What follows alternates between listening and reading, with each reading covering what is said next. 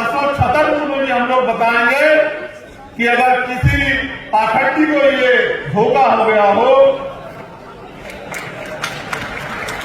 कि वो हमारे लोगों का अपमान करेगा तो ये अपमान बर्दाश्त नहीं किया जाएगा।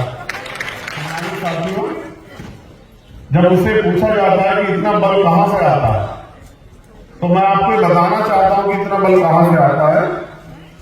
यहां हमारे भाई बैठे हैं सुदर्शन यादव जी।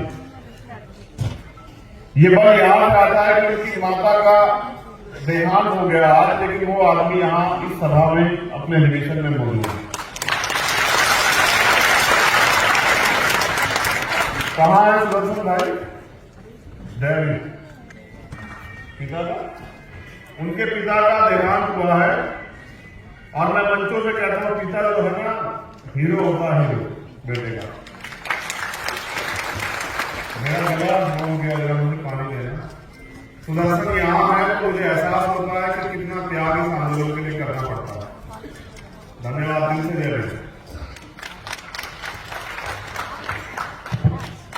वो मिशनरी गायक भी है और इसके जैसी परिस्थिति हमारे बहुत सारे परिवारों में पहले से आ चुकी है। समय समय पे एक तरफ हमारा व्यक्तिगत परिवार था और हमारे परिवार में परेशानियां थी, दूसरी तरफ समाज था। हमने परिवार को छोड़ के समाज को चुना, ये भीम आर्मी की ताकत। जो लोग जानना चाह रहे हैं कि भीम आर्मी इतने कम समय में दुनिया के पटल से कैसे कामयाब हुई, उनका नाम टाइम संजीवन के वर्णन का क्यों आता मुझे कार्यकर्ता का, उनको मेरा ये जवाब कि भीम आर्मी के लोग दिमाग का से तो काम लेते हैं, लेकिन अपना दिल निकाल के समाज के लिए तैयार हैं, अपना दिल तक निकाल सकते। और उसी ताकत की वजह से आज एक प्राइमरी स्कूल के हेडमास्टर का बेटा दिल्ली में खड़े होकर अपने महापुरुषों के आंदोलन को आगे बढ़ाने के लिए काम कर रहा है। अगर ये प्यार इस आंदोलन में ना हो तो बहुत सारे जुर्माने और संगठन बहुत सारे लोगों ने चला रखे देश में, आज तक उनको जिले में पहचान नहीं मिल पाई। इसलिए मैं भीम आर्मी आजाद समाज पार्टी के कार्यकर्ताओं का धन्यवाद देता हूं और उनको कैडर देने वाले हमारे मिशन 78 के तमाम सीनियर लोगों का बहुत बहुत दिल से धन्यवाद करता हूं, क्योंकि उन्होंने हमारी ताकत को रास्ता देने का काम किया। तो मैं जब बात काशीराम साहब से कर रहा हूं तो मैं याद दिलाता हूं आपको कि बाबा साहब अम्बेडकर जब 56 में चले गए और उनके द्वारा बनाया गया दल आरपीआई, जिसको वो आगे बढ़ाना चाहते, सीखना चाहते थे अपने ज्ञान, अपने बल, अपने तप के जरिए, जिसके लिए उन्होंने अपनी नौकरी छोड़ दी, क्लास 1 की नौकरी साइंटिस्ट वैज्ञानिक होने के बाद। और जब वो उसमें कुछ नहीं कर पाए और वहां के नेताओं ने उनको ये कह के इग्नोर कर दिया कि तुम हो कौन, हम 30 साल में चला रहे हैं, 20 साल में चला रहे हैं, तुम कल के आए हो, तुम हमें सिखाओगे। और क्या समय लिखा होगा मेरे ड्राइवर पे कि वो सब कुछ छोड़ के नाउमीद होकर दिल्ली चले आए और यहां दिल्ली में आके, दिल्ली में उस समय एमसीडी का चुनाव था, मैंने इतिहास में पढ़ा है, उन्होंने अपने पैसे से 25 लोग जो हैं यहां एमसीडी में चुनाव लड़ाया पार्षद, अपना पैसा देकर 25 के 25 की जमान जब्त हो गई। लेकिन हौसला देखो उस महामानव का, लेकिन हार नहीं माना, क्योंकि जब आप मैदान में उतर जाओगे तो हार और जीत तो मिलेगी। ये लड़ाई बड़ी कठिन लड़ाई है, दुनिया की दुश्मन की ताकत से लड़ने के लिए इस दुनिया में आपको बहुत धैर्य रखना पड़ेगा। हमारे साथी में निराश ना हो। जब मैं हौसला जुटाने की बात करता हूं तो मैं अपने ड्राइवर को याद करता हूं, उनके दर्द को याद करता हूं कि बिना साधनों के साइकिल से, पैदल, बस, ट्रेन से किस तरह से उन्होंने अपने आंदोलन को आगे बढ़ाया। आज तो आपने मुझे इतनी ताकत दी है कि आप मुझे हेलीकॉप्टर से आने का मौका भी देते हैं। आज तो आपने मुझे इतनी ताकत दी है कि वो आप मुझे प्लेन से भी बुलाते हैं। लेकिन सच ये है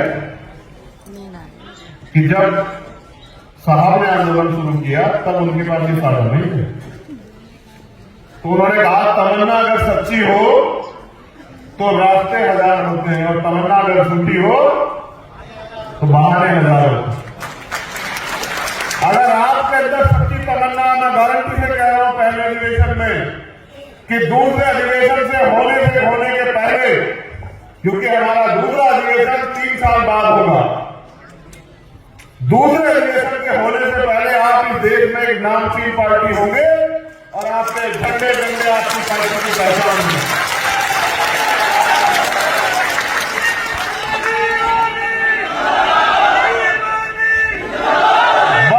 जरूरत है जितना दम आप इस नारों के साथ लगाते हैं उतने दम से आप जमीन पे जाके काम नहीं करते। जैसे आज हम लोग यहाँ 17 तारीख में हमारी रैली है छतरपुर में, मध्य प्रदेश में, तो वहां वो काम भी देखना है। उसके अलावा सभी तमाम प्रदेशों में अलग अलग काम लगे हुए हैं। तो हमने ये तय किया था कि बहुत कम डेलीगेट लोगों को बुलाएंगे, 2 स्टेट पे ज्यादा फोकस करेंगे, 2-3 स्टेट पे, जिनमें उत्तर प्रदेश है, मध्य प्रदेश है, राजस्थान। उनके ज्यादा डेलीगेट को बुलाएंगे, उनको समझाने का काम करेंगे कि किस तरह से आने वाले समय में उन्हें काम करना। इसीलिए तय हुआ था कि सब लोगों को बुलाएंगे। फिर मैंने सोचा कि भाई मेरा तो मन ये था कि भाई जो भी जगह मुझे इसमें करने, तो हमारे साथ ने कहा कि अब तो हमें महामानव के आशीर्वाद से, हमारे संतों गुरुओं महापुरुषों के आशीर्वाद से, बाबा साहब अम्बेडकर के त्याग बलिदान से अब तो हम इतने साधन तैयार हो रहे हैं कि हम कोई बड़ा सा हॉल कर सकते हैं जहां आपको भी गर्मियां लगे और हमारे आने वाले साथियों को भी गर्मियां लगे, आराम से लोग आपकी बात कर सकते हैं। फिर ये फैसला हुआ कि भाई कोई ऑडिटोरियम ढूंढा जाए, तो ऑडिटोरियम फिर कई ढूंढे, सारे लोग थे। मन तो ये था कि अधिवेशन पे एक बड़ा समारोह करेंगे कि जो वर्तमान का शासक है उसकी जड़ें हिल जाए।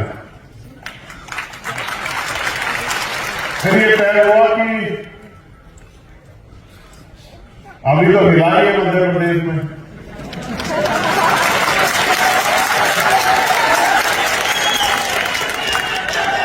तो 1-2 महीने के बाद हिला लेंगे। इसलिए तय हुआ कि श्री फोर्ट ऑडिटोरियम में सीमित साथियों को बुला के हम लोग अपना अधिवेशन करेंगे, वरना हमारा बल उत्तर प्रदेश और देश के विभिन्न राज्यों की और दिल्ली की सरकार ने जानती है कि हमने अभी कुछ दिन पहले मध्य प्रदेश में, उससे कुछ दिन पहले दिल्ली में रामलीला मैदान में अपनी ताकत का प्रदर्शन करके इनको बताया था कि हमारे अंदर कितना बल। तो अब मैं मुद्दों पे आता हूं। जब मैं यहां घूम के देख रहा हूं बात करते हैं, तो इतने प्यारे प्यारे चेहरे बैठे हुए हैं जो बहुत ईमानदार से काम कर रहे हैं जमीन पे। अगर मैं, अच्छा ये भी अच्छी बात है कि मैं बहुत सारे लोगों के नाम नहीं जानता। मैं यहां बैठे 90% लोगों को नाम से जानता हूं, सबके नाम लेके बुला सकता हूं, क्योंकि मैं आपके काम से नजर रखता हूं। यही मेरा काम है।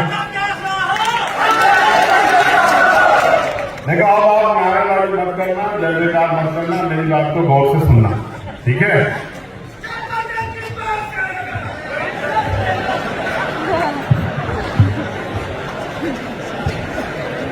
बस इतना सा ही तैयार करना है मुझे तुम्हें कि तुम अनुशासित हो जाओ सभी साथी। इस साल 6 प्रदेशों में इलेक्शन 2023, मध्य प्रदेश, राजस्थान, छत्तीसगढ़, कर्नाटक, तेलंगाना और मिजोरम।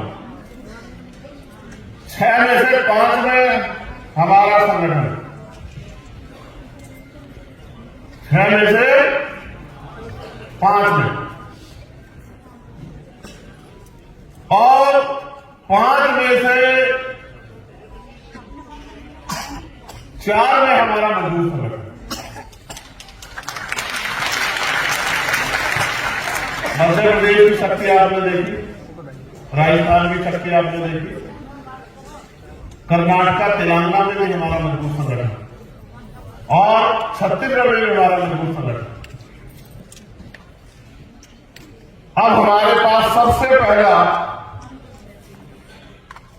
जो संकल्प होना चाहिए अधिवेशन पे, ताली बजाने से, नारे लगाने से आगे बढ़ के, वो ये होना चाहिए मेरे आपके सबके जहन में कि हम इस चुनाव में अपनी पार्टी को सफल कैसे बनाएं। हम इस चुनाव में अपनी पार्टी को अपने पैरों पे कैसे खड़ा करें। हम इस चुनाव में बैसाखियों का सहारा छोड़ के, किराए के घरों का सहारा छोड़ के अपने मकान को कैसे मजबूत करें। हम इस चुनाव में अपने सहारे पे कैसे खड़े हों, क्योंकि कानून बनाने की ताकत वो सदन में है। आपके प्रदेशों में जो विधानसभाएं हैं और आपके भारत में जो लोकसभाएं हैं, दोनों सदनों में ही कानून बनाने की ताकत है और कानून को लागू कराने की ताकत भी उन्हीं के पास है जिनकी सरकार। विपक्ष कानून लागू नहीं करा सकता। विपक्ष सरकार को मजबूर कर सकता है, लेकिन कानून को लागू नहीं करा सकता, ना ही कोई कानून बना। तो मैं मध्य प्रदेश के साथियों को तो धन्यवाद देता हूं उस रैली के लिए, लेकिन जैसा हमारे एक वरिष्ठ साथी ने कहा कि यहां और संगठनों के लोग भी दिल्ली में सालाना जलसे करते हैं, लाखों लाख लोग लेके आते हैं, लेकिन उनकी राजनीतिक हैसियत इतनी नहीं कि वो एक व्यक्ति को रोजगार दे दे। तो हमें ये बात सोचनी पड़ेगी कि बात तो बिल्कुल सही है कि सिर्फ लोग इकट्ठे करने से कुछ नहीं होगा, लोगों को वोट डालने के प्रति आपकी पार्टी को तैयार करना पड़ेगा। और इसके लिए बेसिक ये है कि जो हमारे वहां उन प्रदेशों में पार्टी के प्रभारी हैं, जो हमारे मिशन 78 के प्रभारी हैं, मिशन 78 के लोग हैं, उनको कार्यकर्ता को इस लड़ाई को लड़ने के लिए इस मैदान, जो सजा हुआ मैदान है, उसके लिए तैयार करना पड़ेगा। दुश्मन का मुकाबला हमें अपने छोटे छोटे साधनों से करना पड़ेगा। उनकी मनी माफिया मीडिया का मुकाबला, उनके अखबार का, उनके टेलीविजन का, उनके विज्ञापन का, सत्ता में बैठ के जो प्रलोभन वो देंगे, झूठे वादे करेंगे, उनका मुकाबला हमें अपने नॉर्थ मीडिया से करना पड़ेगा। या फिर बहुजन मीडिया के साथियों का धन्यवाद कि वो हमारी आवाज को उठाते रहते हैं। आपको अपनी क्षमता बढ़ानी पड़ेगी, आपको इस चैलेंज को स्वीकार करना पड़ेगा और आपको जमीन पे जाके काम करना पड़ेगा, आपको भाईचारा बनाना पड़ेगा, आपको लोगों को जिम्मेदारी देनी पड़ेगी, आपको अपने संगठन को बहुजन बनाना पड़ेगा। जैसे जब मैं यहां आया, हम एक ही समाज के, दलित समाज के लोग सबसे आगे बैठे हुए थे। मैं इस बात को बहुजन नहीं मानता, तभी मैंने माननीय अध्यक्ष से कहा कि भाई ये सही नहीं है, हम बहुजन की बात करते हैं। हमारे संगठन, हमारी पार्टी ने हमने आइडियोलॉजी को पूर्ण आत्मसात किया, अपने संविधान में भी आत्मसात किया है, तो हमारा मंच भी बहुजन समाज का मंच होना चाहिए। अगर हमारे कथनी और करने में फर्क होगा तो हम ज्यादा दिन इस आंदोलन को आगे नहीं बढ़ा पाएंगे, क्योंकि आंदोलन ही पूर्णतः सत्यता पर आधारित है, सच्चाई का आंदोलन, ईमानदारी का आंदोलन। इसलिए तत्काल मैंने इनसे कहा कि चलो, हमारे सभी साथी इतने तैयार नहीं है, उनको जानकारी नहीं थी, तो हमें अगर क्या तो हम सब लोग नीचे बैठेंगे या फिर जितने सीनियर साथी हैं, हम प्रयास करेंगे ज्यादा से ज्यादा लोगों को अपने साथ बिठाने। और ये भावना जब मेरे अंदर है तो आपके अंदर भी होनी चाहिए, होनी चाहिए, बताइए। जब ये भावना आपके अंदर होगी और आप जमीन पे इस तरह के विचार के साथ काम करोगे और मोहरे बनने की बजाय, जो दुश्मन मोहरे बनाना चाहता है हमारे बहुजन समाज के लोगों को आपस में टकराव कराना, जो हमारी एकता को छोड़ना चाहता, उनके मोहरे न बनके, दुश्मन की मदद न करके, अपनी छोटी छोटी बातों को वहीं निपटा के और भाईचारा पैदा करना पड़ेगा, विश्वास मजबूत करना पड़ेगा कि हमारे जो रिश्ते हैं वो सच्चे रिश्ते, और हम लोग दिल से आंदोलन को कामयाब करना चाहते हैं।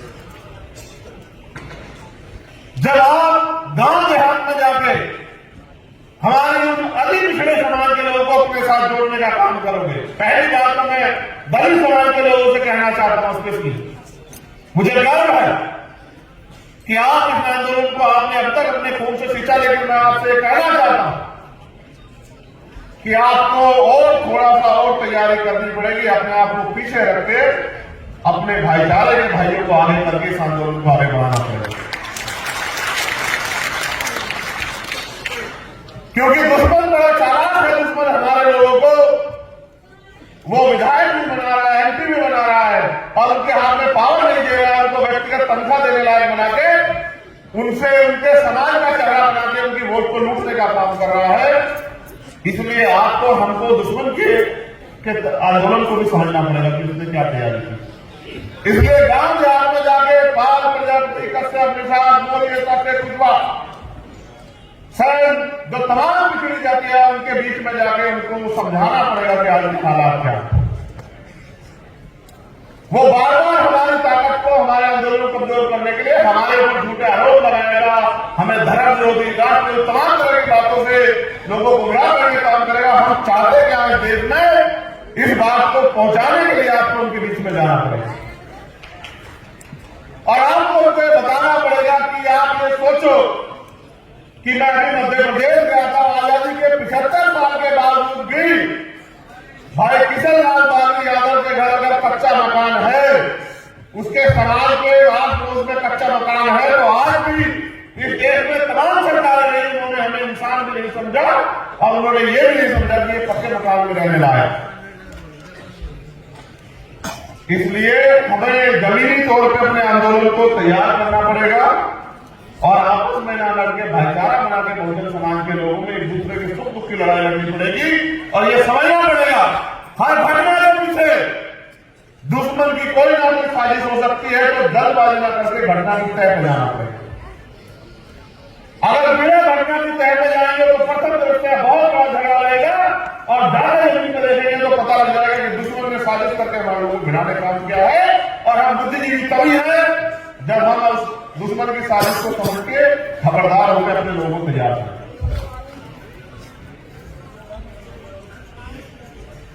हमें यह भी तय करना होगा कि कहीं हम इस मैदान में सिर्फ हारने के लिए तो नहीं आए। मैंने तो ये तय किया व्यक्तिगत रूप से, आपका अगर नहीं होने के नाते, नेतृत्व होने के नाते, कि मैं तो अपने मन में रोज ये तय करता हूं कि हमें ताकतवर बनना है, ताकतवर बनना। क्या आप अपने मन में इस सवाल को कभी उठाते हैं कि हमें ताकतवर बनना है? कितने लोग उठा रहे हैं हाथ उठा के बताना। एक बाबर को छोड़ के इसको सब लोग मानते हैं, बाकी सब लोग ये सवाल करते हैं कि हमें ताकतवर बनना है, क्योंकि बिना ताकतवर बने हम लोग इस देश में अपने स्वाभिमान सम्मान और उससे भी बड़ा हम अपने वजूद को भी नहीं बचा पाएंगे। आज क्या हालात है मुल्क में, मैं उस पर चर्चा करूंगा आपसे। हम उत्तर प्रदेश के लोगों से भी मैं स्पेशली कह रहा हूं, राजस्थान के लोगों से कह रहा हूं, मध्य प्रदेश के लोगों से कह रहा हूं, क्योंकि वहां हमारा राजनीतिक आंदोलन जमीन पे बड़ा ताकतवर हो रहा है। हम विपक्ष हैं, विपक्ष का काम है कि सरकार में जो वादे करके वो सरकार में आई थी, उन वादों को विपक्ष होते हुए हमें उसे पूरा करवाना है। इसलिए हर महीने पे कोई ना कोई आंदोलन जो है जिला स्तर पर करते रहते हैं। इसलिए हमें अपने आंदोलनों की संख्या बढ़ानी पड़ेगी, मुद्दों की संख्या बढ़ानी पड़ेगी। सरकार को देखना पड़ेगा कि सरकार ने क्या क्या वादे किए थे, क्या क्या उन्होंने पूरे किए हैं, और इस झूठ को भी, जो झूठ फैलाकर उन्होंने हमारे लोगों की वोट लेने काम किया है, उस झूठ को भी समाज के बीच जाकर बेनकाब करना पड़ेगा। हमें समाज के बीच जाके छोटी छोटी मीटिंग करके जो बड़े बड़े नेता हैं हमारे, उनको भी मैदान में उतर के लोगों को समझाना पड़ेगा, क्योंकि ये आंदोलन सब जाए से तैयार हो सकता है। देखो, दुश्मन पैसे भी देता है, दुश्मन साधन भी देता है, दुश्मन सब कुछ करता है। क्या यहां आया कोई व्यक्ति को किसी ने पैसा दिया है? हाँ, हम पैसा भी अपना खर्च करते हैं, समय भी अपना खर्च करते हैं, ऊर्जा भी अपनी लगाते हैं, तन मन धन को भी अपने न्यौछावर करने को तैयार है महापुरुषों के आंदोलन के लिए। तो हम यहां हारने के लिए नहीं आए, हमें इस आंदोलन को कामयाब करना है। इस बात का भी ध्यान हम लोग को रखना। जो जमीनें दी गई थी पूर्व की सरकार द्वारा, वो जमीनें भी सरकार छीन रही है, और उसका मैंने इतने दिन पहले आपको जागरूक किया था। कल सरकार ने कहा कि SC/ST की जमीन जो है उत्तर प्रदेश में कोई भी ले सकता है, डीएम से परमिशन की जरूरत नहीं है। ये जमींदारों को, सामंतियों को, पूंजीपतियों को हमारी जमीन छीनने की अथॉरिटी दे रहे हैं। तो हमारे मुख्यमंत्री से अभी ट्वीट करके कहा, ये मेरा संदेश है उनको कि ये गलत फहमी में मत रखना कि इनको कोई संभालने वाला नहीं, इनका कोई रक्षक नहीं है। अगर ये गलतफहमी अगर ये गलतफहमी हो गई हो कि इनका कोई रक्षक नहीं, इनके पीछे खड़े होने वाला कोई नहीं, तो जब तक हम बाबा साहब अम्बेडकर के बेटे जिंदा है तुमसे आज साल की लड़ाई लड़ेंगे, याद रखना मिलेगा। साहब ने कहा जो जमीन सरकारी और जमीन हमारे लिए, क्योंकि जब देश आजाद हुआ व्यवस्था के कारण जिन लोगों के पास कोई साधन नहीं थे उनको आगे बढ़ने का कोई रास्ता नहीं दिया। अगर न होते बाबा साहब अम्बेडकर तो आज हमारे तन पर ये कपड़े भी नहीं होते। इसलिए मैं सरकार को इस मंच के माध्यम से चेतावनी देना चाहता हूं, केंद्र की और भारतीय जनता पार्टी जहां सरकार है कि अपने षड्यंत्र करने बंद कर दो, वरना अंजाम पुलिस का बहुत बुरा होगा। इस बात को याद रखना।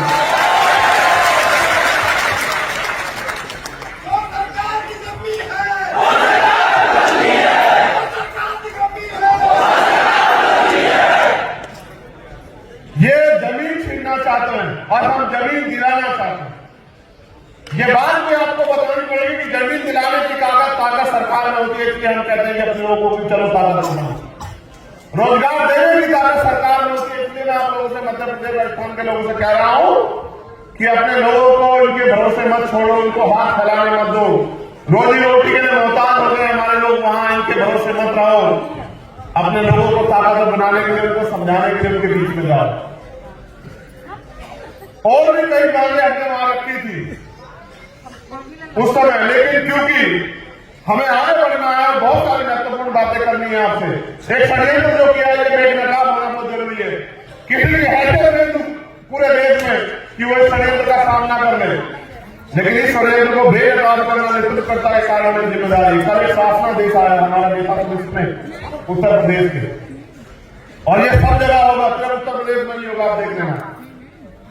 उन्होंने कहा कि 22 तारीख से 30 तारीख तक रामनवमी का त्यौहार है और वो तमाम तरह की जो धार्मिक आयोजन है वो होगा, और उसमें 1 लाख रुपए हम लोग पंडित पुजारियों को ये काम करने का देंगे। पहली बात, संविधान ये स्पष्ट करता है कि कोई भी धार्मिक कार्य किसी भी जाति धर्म का हो वो सरकारी खर्चे में नहीं हो सकता। हाथ खोलो, दिमाग खोलो, हाथ मत जोड़ो, दिमाग खोलो। वो ये कह रहे हैं, देखो उनका षड्यंत्र। उन्होंने कहा कि डीएम एसएसपी जाकर व्यवस्था करेंगे, एसडीएम जाकर व्यवस्था करेंगे। उनका लक्ष्य क्या है, इस बात को समझो। भाई धर्म आपका व्यक्तिगत मामला है, कोई आपको अपने धर्म को मानने से नहीं रोक सकता, और चाहे वो हिंदू धर्म के लोग हो, मुस्लिम धर्म के लोग हो, ईसाई धर्म के लोग हो, सिख धर्म के लोग हो, कोई भी धर्म देना सिखाता, लेना नहीं सिखाता, लूटना नहीं सिखाता, जो सिखाता। और धर्म को मानने वाले लोग अपनी आस्था ये होती है कि वो अपना खर्च करके अपने धर्म को सीखते हैं। ये है असली धर्म।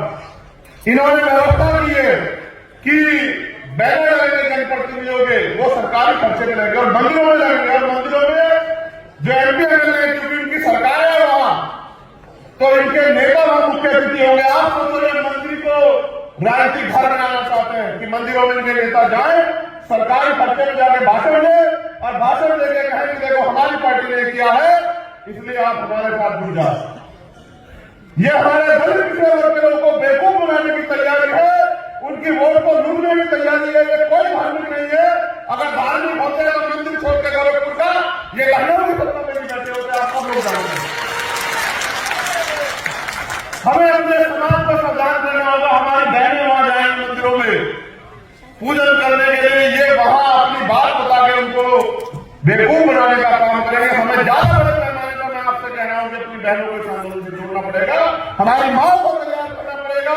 हमारी बहुजन सेवियां जो इतिहास उनका गवाह है, इतना बड़ा इतिहास है, मां सावित्रीबाई फुले से लेके मां अंतिकाबाई लोधी, मां झलकारी बाई, मां पन्नाबाई, इतना बड़ा इतिहास है जिसका कोई तोड़ नहीं। उन वीरांगनाओं को जो आज की वीरांगना को तैयार करना पड़ेगा, कुछ यहाँ बैठी है, कुछ घर में, उनको हमें जाकर समझाना पड़ेगा कि इसे कहो कि अगर वास्तविक काम में तैयार करना है तो महिलाओं को सशक्त करो और हर महिलाओं को रोजगार दो। अगर तैयार करना है तो सुरक्षा करो बहन बेटियों की। उत्तर प्रदेश में देश में जहां तुम्हारी सरकार नहीं करो, बहन बेटियों की सुरक्षा नहीं कर पाते हो, भाषण देते हो,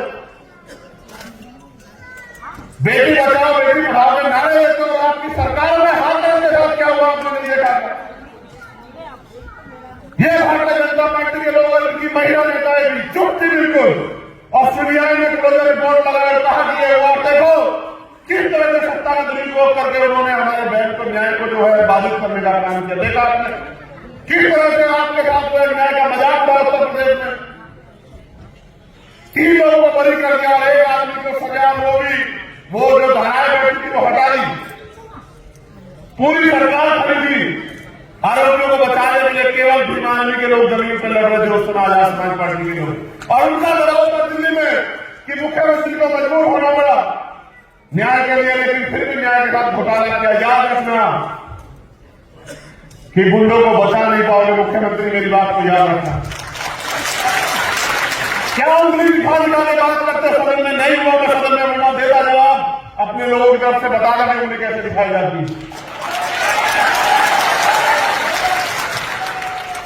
हमारे तो बहुत बड़े बड़े अधिकारियों के दूर हुए। मैं इसलिए उत्तर प्रदेश के लोगों को ज्यादा निर्देशित करना चाह रहा था क्योंकि उनके यहाँ पंचायत उसका नगर पंचायत का चुनाव आ गया अप्रैल में। और आपने देखा जब ये आपके बीच में आया तो पूछ रहे हैं कि बताओ पिछड़े वर्ग के लोगों को नगर निकाय में आरक्षण न मिले इसकी तैयारी क्यों करके रखी है आपने? क्यों इतने दिन तक आपने जो है वो ट्रिपल टेस्ट पास नहीं करवाया?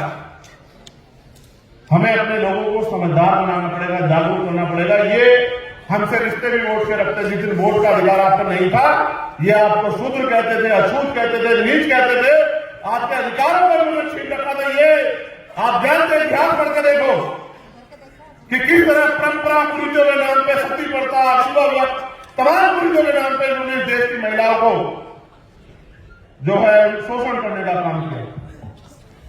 मेरे मूल निवासी बहुजन समाज के लोगों अपने दिल में हाथ रख के पूछो कि सती प्रथा के नाम पे अगर आज सती प्रथा होती और आपके घर में अगर आपके घर में कोई बहन विधवा हो जाती, चाहे वो आपकी बहन हो, भाभी हो, मां हो, उसको सदफुलों में बांधते अगर जलती चिता पे लगाया जाता तो आपके छाती में क्या बीती, आपके दिल पे क्या बीती, आप सोच के देखो। क्योंकि तब हम पे अधिकार नहीं थे, देश में पूरा हुआ जब इस देश के बहुजनों को लड़ने का अधिकार नहीं था, उनको हथियार उठाने का अधिकार, तब गुलाम हुआ। आज गुलाम करके निकालो। अगर किसी भी माने दूर चुनाव की चाहे वो चाइना, पाकिस्तान में कोई सामने देश हो जिसको गलत फहमी में अब गुलाम बना के दिखा। ये गुलाम तब हुए हम जब इनके हाथ में पावर थी और हम बहुजन लोगों को, दलित पिछड़े आदिवासी और अल्पसंख्यक लोगों को कहा कि तुम हथियार नहीं उठा सकते हो। आज तो हम अपने हकों के लिए लड़ने को तैयार। अभी जो घटना राजस्थान में घटी जहां नासिर और जुनैद को तथाकथित गुंडे जो थोड़े से धन के लिए पशुओं की तस्करी करते हैं, उन गुंडों ने जो तथाकथित गोरक्षक हैं उन्होंने उन बच्चों को राजस्थान से उठाया, हरियाणा में लाके पीटा, फिर थाने लेके गए और थाने में ले जाकर पुलिस को उनको सौंपने का काम किया। उनकी हालत देखकर पुलिस ने मना कर दी तो उन दोनों बच्चों को बेल्टों से बांधकर उनको जिंदा जलाने का काम किया। पूरी दुनिया में अगर इस घटना को देखा जाए तो ये घटना इतनी निंदनीय है कि इसकी जितनी निंदा की जाए वो कम।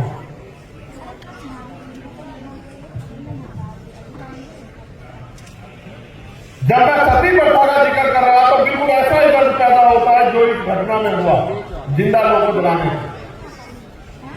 वो तो मैं धन्यवाद देता हूं राजस्थान और हरियाणा की टीम का। उन्होंने एक दिन में पूरा 1 दिवसीय आंदोलन करके सभी मुख्यालयों पे और उनके सहयोगी के रूप में उत्तर प्रदेश उत्तराखंड की टीमों ने सभी जिला मुख्यालयों का आंदोलन करके उस निकम्मा मुख्यमंत्री को उन परिवारों से मिलने जाने के लिए मजबूर कर दिया, जबकि उनकी सरकार में अभी तक गिरफ्तारियां नहीं हुई। यहां मौन की घटनाएं होती है, यहां ग्रंथ साहिब की बेइज्जती की घटनाएं होती है, यहां तमाम तरह से हमारे गुरुओं को, हमारे पवित्र को ढाने की तैयारी चल रही है। बड़े पैमाने पर सरकार के लोग बसे में 70 साल से लोग बसे में ब्रेकी बधाइयों का एक मामला मुझे बताया साथियों ने, उन परिवारों को उजाड़ने का काम कर दिया, हल्द्वानी में जिससे उजाड़ने का काम किया इन सबके खिलाफ भी हमें लड़ने की तैयारी करनी चाहिए और अपने संवैधानिक आंदोलन से सरकार को, इनकी सरकार की साजिश को नाकामयाब करना चाहिए। हमें जमीन पे जाके अन्याय करने वाले लोगों से, जो पीड़ित लोग हैं, उनकी आवाज बनना चाहिए, उनके साथ खड़ा होना चाहिए। जब नाइंसाफी हो, अन्याय हो, तो हमें जाति धर्म से ऊपर उठ के उनकी मदद करनी चाहिए। ये हमारी जिम्मेदारी होनी चाहिए। मैं एक भीम आर्मी के वरिष्ठ साथी यहां बैठे, सीनियर साथी, उनको भी एक आग्रह करना चाहता हूं कि वो अपनी पाठशालाओं पे ज्यादा काम शुरू करें।